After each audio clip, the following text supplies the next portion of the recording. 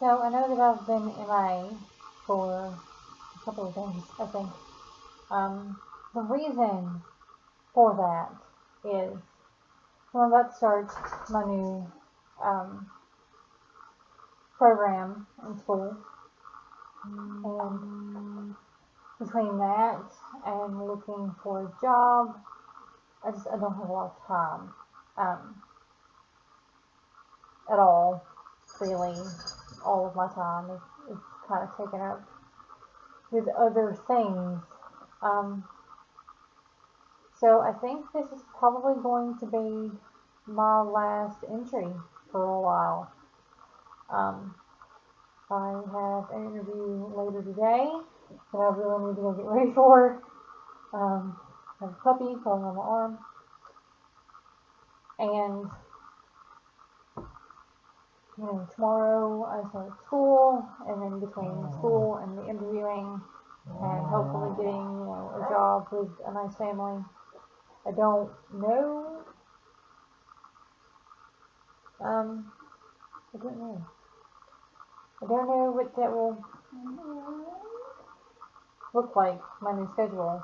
So I'm not gonna have time for this anymore.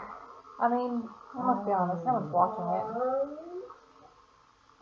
Maybe my life is only interesting in my own head, or to those who know me. I don't know. Anyway, so for my last entry, I'm gonna talk about something that's been on my mind a lot lately. Um, it's something that I've talked about before, and it's something that should I ever start this up again, I will probably talk about again. Um, and that is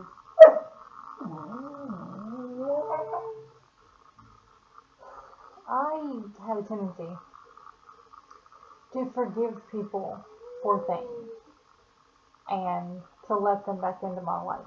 And I don't think the two have to, combine. I think that you can forgive someone and not let them back in your life. I think sometimes that's the healthier option. But, I have a habit of forgiving them and then letting them back into my life as though nothing's happened. I have a habit of allowing people to mistreat me because of mistakes that I've made in the past. Um, I had this irrational belief that because of what I did to go to prison, um, that I could never, you know, disown or not know or not associate with or whatever my family, and I'm done. I'm I'm done. Um, I'm not interested in enabling people anymore. I have been angry with my father for enabling my brother for so long, and you know, you can't say that you love someone and make it easy for them to continue to fuck up. And I think I haven't been giving myself enough credit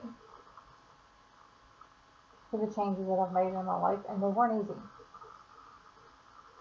Um, they weren't easy. The changes that I've made have been I fought hard for, and I think that how to put this. I think that I was enabling my dad. I think that he used, my bad history with him against me. I think that he manipulated me into enabling him.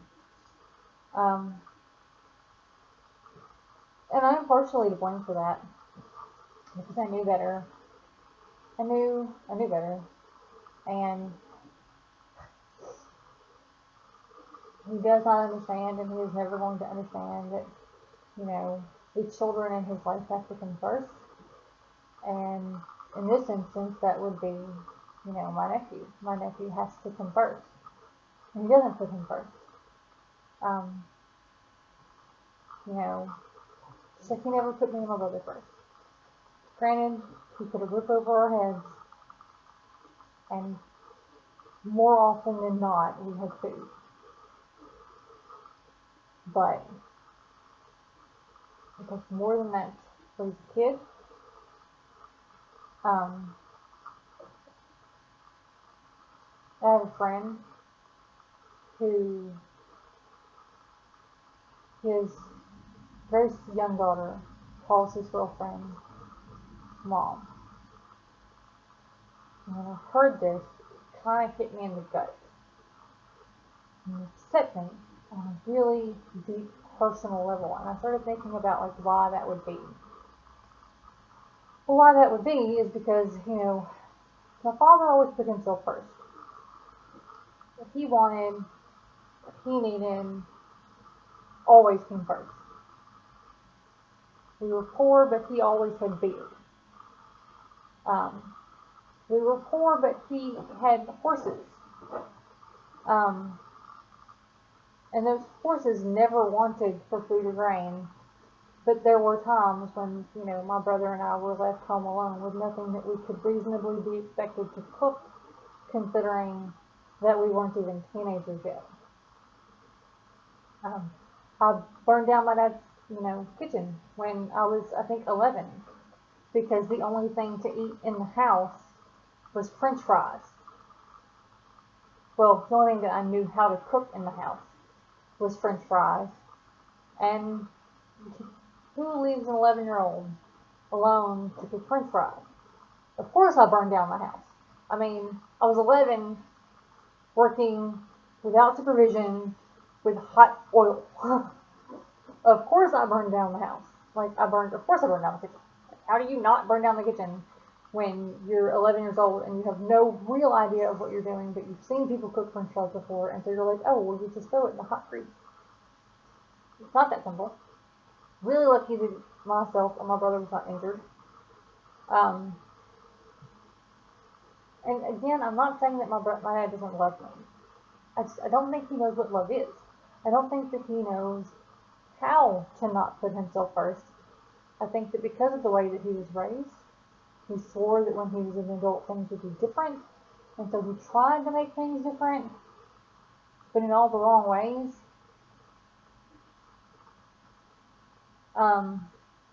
He wants so many nice things that he can't afford, and it hurt my brother and I growing up, and now it's hurting, his grandson, my nephew, and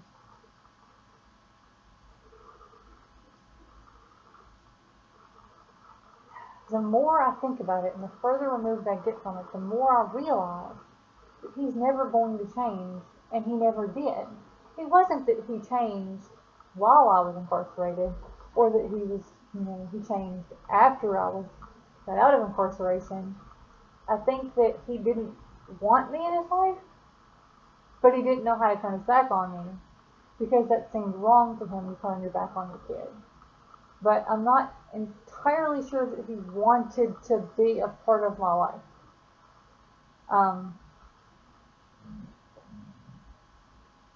He had to be asked to dance with me at my wedding.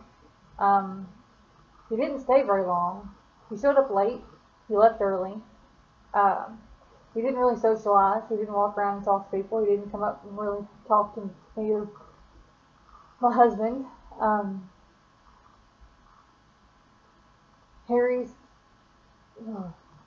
My husband's family didn't get to meet him, really. He was rude and standoffish. Working up to the wedding, I gave him a list of things that he needed to do to prepare him and, my youngest nephew, who were going to be in the wedding party. He did none of those things. He eventually finally went and got a suit. But He didn't take my husband with him. He didn't take me with him. He didn't try to like coordinate with the wedding party, which my husband and I, offered to go shopping with him so that he would, get the appropriate color schemes and whatnot. But no, um, he was repeatedly asked to go and get, the. And I mean, I know this stuff sounds petty, but it's not, because it was his daughter's wedding. And normally, the normal reaction to, my daughter is getting married to the love of her life and she's so happy is, well, one of joy. It's, what can I do to help? It's, but he doesn't have these reactions because it really doesn't matter to him. It's like, oh, well, it's a day of my life. We didn't get a wedding present. Not even a card. He didn't take photos. Who goes to their daughter's wedding and doesn't take photos? It doesn't matter. And I knew better than to try to take care of him. I knew that I couldn't do it. I knew that it would be too much. But I tried, because I really do love him. But just because you love someone doesn't mean that they can be in your life. And he can't be. And it still makes me sad that he can't be. The more I think of it, and the more I talk to other people, and I see, normal family dynamics, I see that my family isn't normal. And I've beat myself up, and I have felt so ashamed of, before I went to prison, I was so ashamed of my past. I was ashamed of the fact that I had been raped and molested and beaten as a child. The fact that my mom didn't love me enough to stick around, that she passed me around to her boyfriends, that my father knew that his brother was molesting me and didn't do anything to stop it. He kicked my uncle off of his property, not because he was molesting his daughter, but I think it had something to do with stealing something. I mean, my brother was accused of molesting my cousin and nothing happened. I told my father that one of my cousins had inappropriately touched me at a Christmas party and nothing happened. Nothing was ever talked about, and I was so ashamed of all this. I was so ashamed of where I came from. And I had this warped idea that no one believed me because the police never did anything. And, the school called the police and nothing ever happened. And, I told my therapist what was going on in my home and nothing ever happened. But then, when the neighbors told me that when they had told their friends at church, who their neighbor was. Apparently my father does not have a good reputation in the town where he lives. Apparently he did when I was growing up. Because those were, all his people. But now, stop it. Sorry, dog's fighting. But now, there are the people that I went to school with and the people that my brother went to school with. No!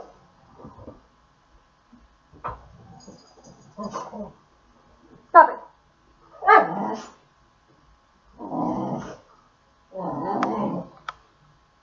Sorry, the dogs are really going crazy right now. Giver's going crazy because Giver's sick and I don't know. But the climate has changed. Now there are people who went to school with me and remember, like, oh yeah, no, she's not lying. She was abused. We saw the bruises. Or, yeah, I thought that girl was crazy in school because she kept trying to commit suicide and was so weird. Now that I'm older, I get it. Of course she was always trying to commit suicide, and of course she was weird. She was being raped. She was being molested. She was being beaten. You know? Now there are people who are like, oh, yeah, I remember her brother. Isn't her brother the one who had to drop out of school because he was addicted to crack? Wasn't he like the famous, star athlete who turned to drugs very suddenly and just went downhill very fast? Isn't he the one who attacked his wife with a coat hanger? Yeah, my family doesn't have and I don't either. I don't either. People remember me for why I became incarcerated. And, but I own that. That's the difference. That's the difference. I own it. Yeah, I did the thing that I did. The thing that I can't talk about on camera because I think that like some kind of law prevents it. I I did that. I own it. I, yes, I had very severe post-traumatic stress disorder and a lot of other mental complications on top of that from an environment that was just saturated in dysfunction and abuse to the point that yes, I attacked someone, I gravely injured that person, I went to prison for 7 years. But during that time, I got help. I was like, this isn't me, and this is not who I want to be. You know, I let someone manipulate me into thinking that they were the only person in the world who cared about me. I was sick and I was disturbed, and yes, I admit that, and I own it. I did it. I'm sorry. I wish I never had. But I got help, and I started making better decisions in my life.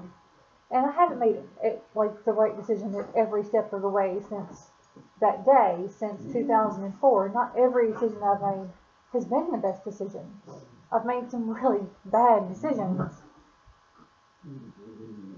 But every time I make a bad decision, I learn from it. I'm like, okay, well,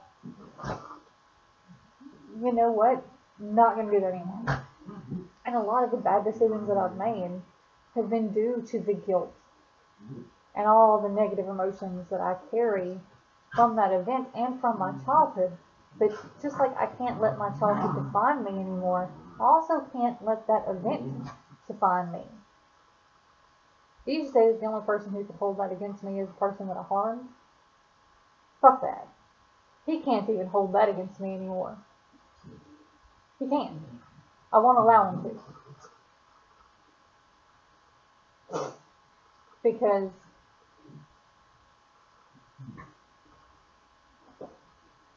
he didn't stop me from being, well, not even that. It's not because he didn't stop me from being molested. It's not because he abused me. Because he brought in women and abused them sometimes. And it's sad that some of the women in his life now are people that he dated when I was a child, and I remember how he treated them. And they still have this idea of, oh no, he's a good man. But he's not. And he never was. And granted, maybe it's not his fault. Maybe it's not his fault of the way he is, because he grew up in a very fucked up, dysfunctional family himself. But so did I. I grew up in a fucked up, dysfunctional family. And I'm changing and becoming a better person. I treat people with kindness. I go out of my way to help people. Right now, I'm trying to get, a job as a nanny. And a lot of these women that I've talked to are like, to tell me I can't afford, you know, nannies right now are making like $15 an hour. And like I can't afford to pay that. But I know that I can't hire them without paying that, because if I don't offer that, then they're just going to go somewhere else. A lot of people need childcare. And there was this woman, single mom, 3 kids. And she was a cosmetologist. And I know she doesn't make a lot of money. And with 3 kids, I know that she can't afford $15 an hour. That's probably more than she makes. So I offered, you know, I will help you. Just, we'll work out some kind of payment arrangement that you can afford. Because I like helping people. I don't want to bankrupt anyone. I don't want to take advantage of anyone. And I don't need $15 an hour. Would it be nice? Yes. Of course. If you can afford that and you want to pay me that, then yes. It'd be really nice to be able to make $15 an hour. And not just because I would be making more than my husband, and I would like to rub that in your face. I like to help people. My friends, you know, one of my friends contacts me all the time, wanting help. You know, research this for me, find out this. This is what's going on with, you know, the father of my children, and so can you help me look into this? Sure, yeah. Give advice to friends all the time. I want to help people. You know? Friend needs help moving. Okay, I'll help you move. I have a friend that probably watches kids for free. Just because I know that he doesn't make a lot of money.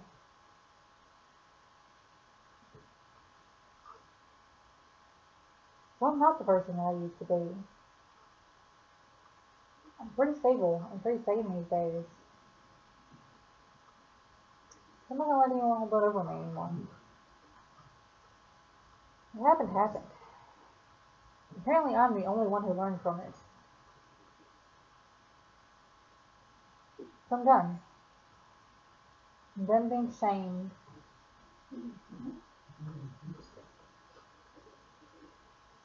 So yeah, fuck it.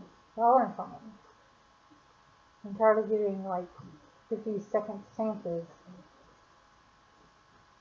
to people who aren't willing to learn from their mistakes. Stand there and look at me with such hate. For what? Because he threatens to kill me? Was I supposed to put up with that?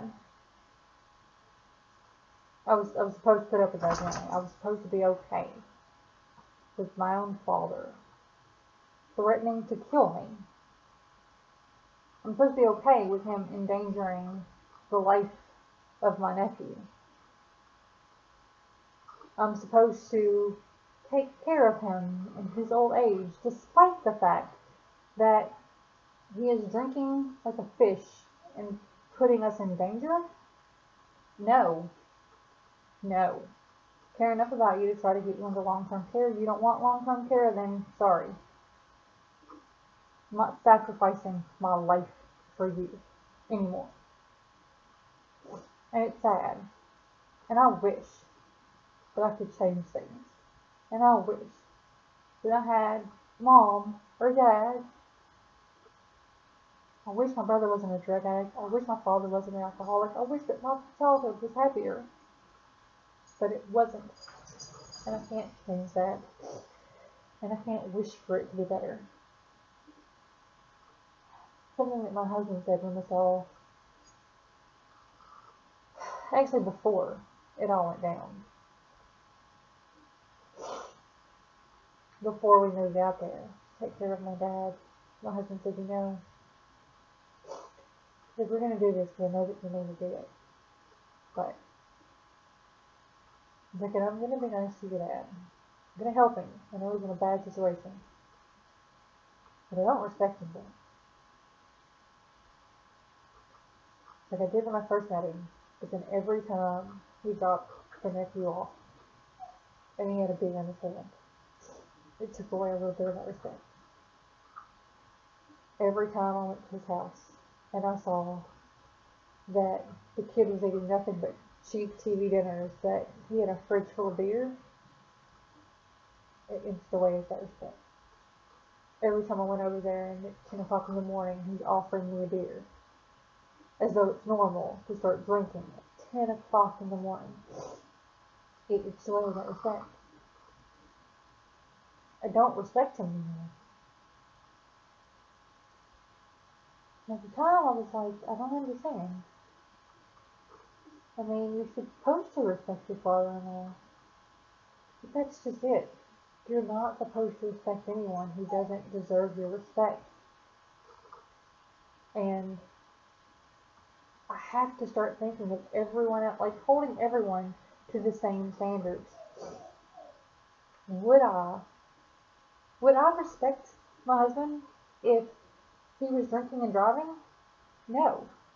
Would I respect him if he was drinking and driving with a child in the car? No, and the first thing I would do would be to call the police.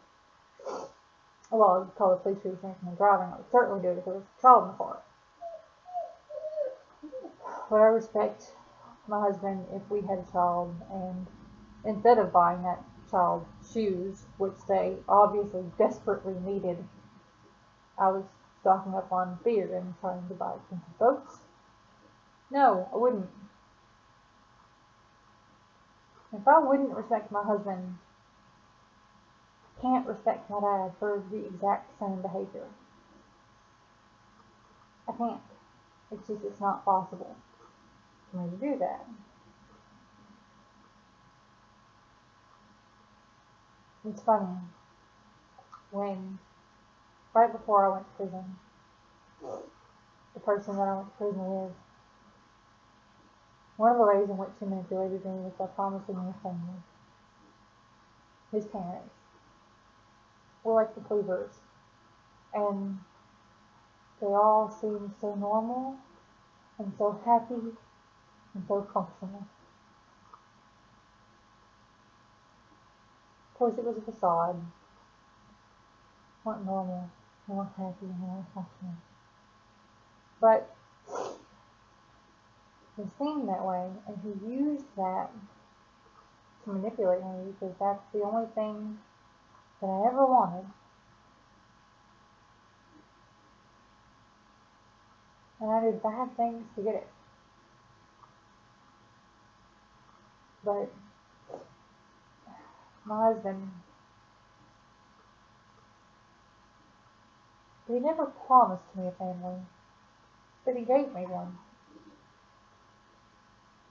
And I didn't have to do anything to get it. And that's the way families should be. You shouldn't have to do things to keep your family.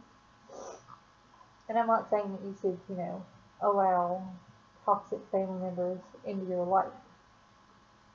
I'm saying, so long as no one's toxic, and you shouldn't have to do things to get your family. They're just people who love you because they love you. My husband loves me because he loves me. His family that I've become close to, they love me because they love me.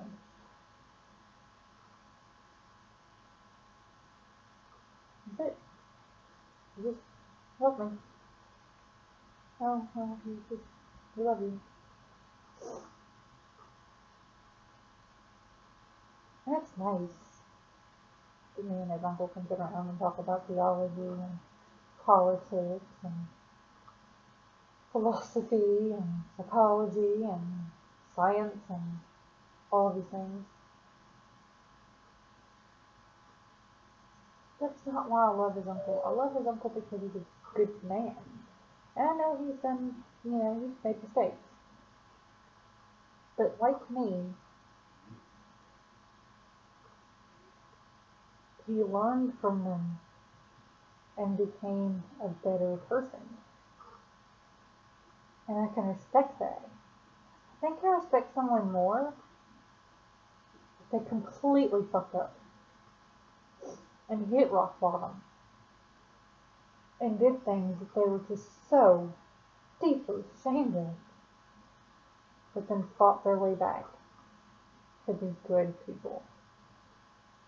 Say, you know what? I have done bad, horrible, depraved things. I'm not going to be that person. I'm not going to let that mistake define me. Instead, I'm going to try even harder to be the kind of person who helps people. I mean, even though I'm probably never going to speak to my brother again, and I'm probably never going to speak to my father again, I still am pursuing my degree in psychology so that I can help people, specifically so that I can help people who are struggling with substance abuse. Because addiction is something that is close to my heart. It took my family away from me. You can say that a lot of other things took my family away from me, and some of those things would be my fault. But it all started because of family dysfunction and addiction. That's what started it. So, that's what I want to end. I don't want another kid. I don't want a kid to ever sit in my, stand in my shoes. I don't want anyone else to ever have to choose between their own physical and mental health and a family member.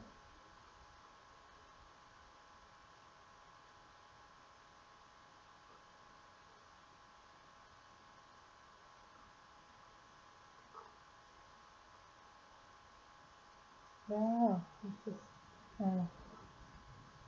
think this is the longest one that I've ever done. I don't know what to say. Maybe because this is the last one that I'm going to do for a while, but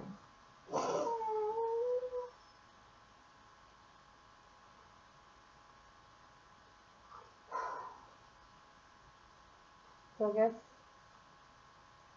I'm going to take my own advice. I always tell people, don't allow toxic people into your lives. If you fucked up, it's okay. Just don't fuck up again. Just learn. Move forward. Find good people and associate with them. And so I'm taking my own advice.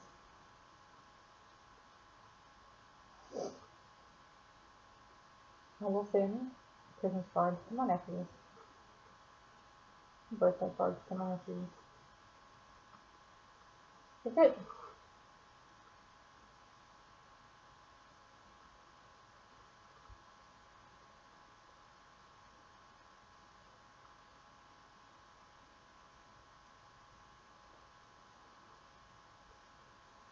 So, I'm gonna go now. Get ready for my interview. Recoup. Gather my thoughts. Get over the sadness that has come over me from talking about this again. But I don't know when I'll be back. I think my husband's trying to talk me out of doing my job. So maybe it won't be that long. I don't know. We'll see. But till then, puppy, get out of the way. Look, it's a pond. It's a pond. The pond has come to make me feel better. This pond is like, my mommy looks sad. And I don't want my mommy to be sad. I want my mommy to be sad. Okay, I'm going to go now before this ends in just too much cuteness. Because how is his face not cute? Look at him. Oh, look at the camera. Look at the camera. That's my hand. Don't look at my hand. Look at the camera. I can't turn the off with